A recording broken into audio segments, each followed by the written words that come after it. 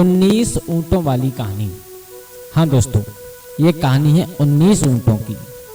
इस कहानी को आप सुन लीजिएगा, जीवन में आप कभी दुखी नहीं रहोगे। ये कहानी बड़ी ही प्रेरणादायक और बड़ी ही खास होने वाली है।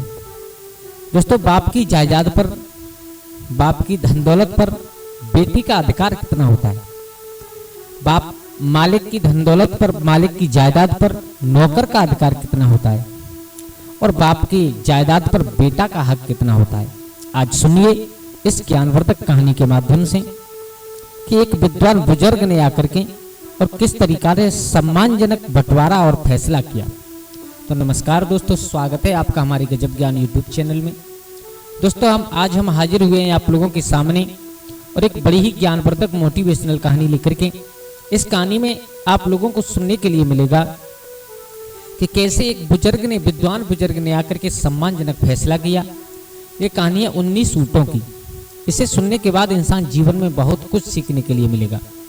तो आप लोगों से निवेदन है, अगर आप हमारे चैनल पर नए दर्शक मेहमान बंधु बन करके आए हैं तो प्लीज़ हमारे चैनल को सब्सक्राइब कर लीजिएगा और हो सके तो अपने परिवार और दोस्तों के साथ शेयर जरूर कर देना, जिससे इस वीडियो का लाभ उन लोगों तक भी पहुंच सके और कहानी के अंत तक जरूर बने रहें।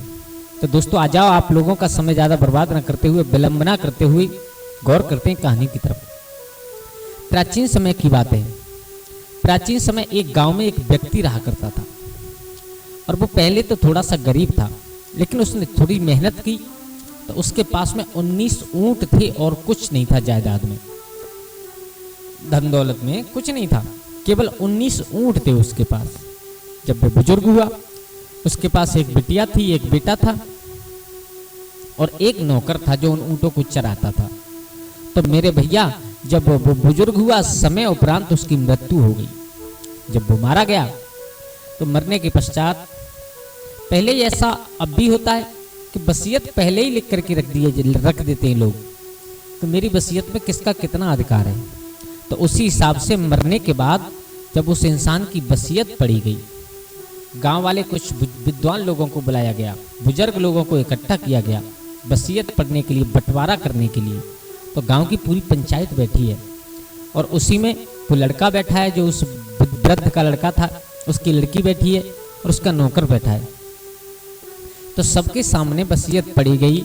उसमें लिखा था कि सम्मानजनक मेरी गांव की पंचायत, मैं आपसे एक निवेदन करना चाहता हूं कि मेरे पास कुछ नहीं है, केवल मेरे पास ये 19 ऊंट हैं, 19। और इन 19 ऊंटों में से एक चौथाई हिस्सा मेरी बेटी को दे दीजिएगा और इन 19 ऊंटों में से आधे ऊंट मेरे बेटा को दे दीजिएगा और 19 ऊंटों में से 5वां हिस्सा मेरे नौकर को दे दीजिएगा। अब मेरे भैया, सब लोग, जब लोगों ने पंचायत में वसीयत पड़ेगी, सब लोग चक्कर में पड़ गए। बोले, पागल है, ये बंटवारा कैसे होगा? ये बंटवारा कभी जीवन में नहीं हो सकता, क्योंकि 19 ऊंटों का आधा उसके बेटा को दिया जाए तो उसका आधा तब होगा कि 19 का मतलब होता है 9.5। तो 9 ऊंट किसी को दे देते हैं, लेकिन आधा एक ऊंट को काटना पड़ेगा। चलो, वसीयत के हिसाब से एक ऊंट को काट करके आधा कर भी दें तो फिर बचे 18 और उनका एक चौथाई होता है 4.5। फिर 4.5 में एक फिर काटना पड़ेगा।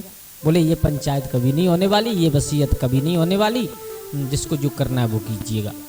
मेरे भैया, पूरे गांव की पंचायत चक्कर में पड़ गई। चक्कर में तो पड़ने वाली बात है, 19 ऊंट हैं, उसमें से आधे बेटा को देने, एक चौथाई बिटिया को देने और 5वां हिस्सा नौकर को देना है। अब बंटवारा हो तो हो कैसे?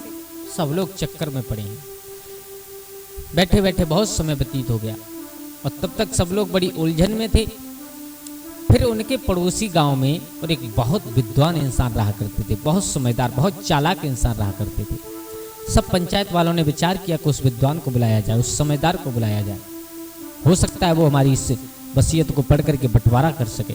तो मेरे भैया, उस बुद्धिमान व्यक्ति को बुलाया गया दूसरे गांव से।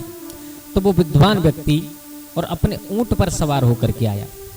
अपने ऊंट की सवारी करने के बाद तब आया उन सब के पास। आकर के सब लोगों से पूछा क्या बात है, आज सब लोग चक्कर में कैसे पड़े हो। तो सारा हाल बताया। बोले ये 19 ऊँट हैं, वसीयत में लिखा हुआ है कि आधा बेटे को दे दो और चौथाई बिटिया को दे दो, 5वां हिस्सा नौकर के दे दो। बंटवारा हो ही नहीं सकता है, क्योंकि बेटा को आधा देंगे तो आधा ऊँट, एक ऊँट काटना पड़ेगा। बिटिया को एक चौथाई देंगे, फिर 18 बचेंगे तो उनमें से काटना पड़ेगा। बोले ये फैसला नहीं होगा। तो उस इंसान ने अपना थोड़ा दिमाग लगाया और थोड़ा दिमाग लगाने के बाद फिर बोला, अच्छा एक काम कीजिए, इन 19 ऊँटों में और जो मैं जिस ऊँट पर बैठ करके आया हूँ इस 20वें ऊँट को भी शामिल कर दीजिएगा। अब कितने हो गए? 20। गांव वाले पंचायत वालों ने विचार किया, बोले एक तो वो पागल था, एक तो मरने वाला पागल था जो ऐसी वसीयत करके चला गया, और उससे बड़ा दूसरा पागल ये है जो बोलता है कि उनमें मेरा भी ऊँट मिला करके बांट दो। अरे पंचायत करने आए हो तो अपनी जायदाद क्यों दे रही हो किसी को? चलो खैर बंटवारा हो जाए। अब कितने ऊँट हुए? 19 तो उसकी वसीयत वाले पहले वाले उसके पिता के ऊँट, और एक वो, यानी 20 ऊँट हो गए। अब ध्यान देना सब लोग, अब 20 का आधा हिस्सा बेटा को देना है। कितने हो गए? 10 दे दिए। अब कितने बचे? 10। अब विचार किया कि बिटिया के लिए एक चौथाई लिखा हुआ है, चौथा हिस्सा देना है, तो 20 का चौथा हिस्सा कितना होता है? 5। 5 बिटिया को दे दिए। अब ऊँट कितने बचे? 5। अब उसमें लिखा था कि 20 का 5वां हिस्सा नौकर को दे दीजिए, तो 20 का 5वां हिस्सा कितना होता है? 4। 4 उठा करके नौकर को दे दिए। बेटा को मिल गए 10, बिटिया को मिल गए 5 और नौकर को मिल गए 4। कितने हुए? 19। बचा एक ऊँट, उस बुद्धिमान व्यक्ति का था। उस बुद्धिमान व्यक्ति ने उठाकर उस ऊँट को लिया, पकड़ लिया और बैठ करके चल दिया। इस तरह एक ऊँट मिलाने से बाकी 19 ऊँटों का बंटवारा सुख शांति संतोष और आनंद से हो गया। दोस्तों सो हम सब के जीवन में भी 19 ऊँट होते हैं। ध्यान देना सब लोग। 5 ज्ञानेंद्रियां होती हैं, आँख, नाक, जीभ, कान और त्वचा।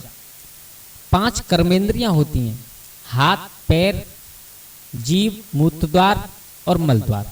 5 प्राण होते हैं, प्राण, अमान, समान, व्यान और उदान। और 4 अंतःकरण होते हैं, मन, बुद्धि, चित्त और अहंकार। कुल 19 ऊँट होते हैं। इस प्रकार सारा जीवन मनुष्य इन्हीं 19 ऊँटों के बंटवारे में उलझा रहता है, और जब तक उसमें आत्मा रूपी ऊँट नहीं मिलाया जाता, यानी कि आध्यात्मिक जीवन नहीं दिया जाता, तब तक सुख शांति संतोष व आनंद की प्राप्ति नहीं हो सकती। तो दोस्तों इस कहानी से केवल हमें यही सीख मिलती है कि हमें अपने आत्मा रूपी ऊँट को पहचानना चाहिए। जब तक उसे आप अपने इन 19 जो ज्ञानेंद्रियां, कर्मेंद्रियां, प्राण, अंतःकरण, इनमें जब तक 20वीं आत्मा नहीं मिलाई जाएगी तब तक सुख शांति से कभी जी नहीं सकते।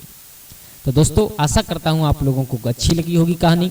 अगर अच्छी लगी हो तो अपने परिवार के साथ शेयर जरूर करिएगा, और हो सके तो हमारे चैनल को सब्सक्राइब कर लें। आप लोगों का धन्यवाद जो आप वीडियो के अंत तक बने रहें। बहुत बहुत धन्यवाद।